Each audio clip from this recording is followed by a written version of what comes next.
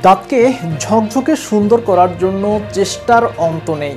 দামি টুথপেস্ট থেকে শুরু করে দন্ত চিকিৎসকের কাছে নিয়মিত যাওয়া, শুধুমাত্র হলদে দাঁতগুলোকে সাদা ঝকঝকে করার জন্য। হাতের কাছে এমন একটি উপাদান দিয়ে ট্রাই করুন, চলে যাবে হলুদ দাগ। উপাদানটি হলো তেজপাতা। কি করবেন?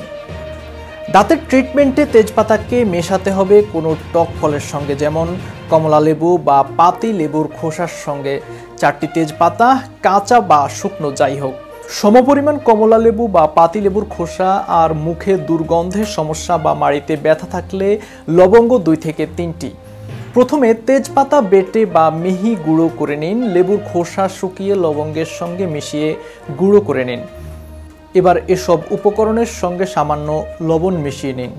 ফলের খোসা অবশ্যই শুকিয়ে নিতে হবে। কাঁচা অবস্থায় এগুলি দাঁতের ক্ষতি করতে পারে। এই গুঁড়োটি সামান্য পানির সঙ্গে মিশিয়ে সপ্তাহে 3 দিন অন্তত 1 বেলা দাঁত মাজুন। দাঁতের হলদে ভাবের উপর নির্ভর করবে, সপ্তাহে 2 দিন বা 3 দিন ব্যবহার করবেন।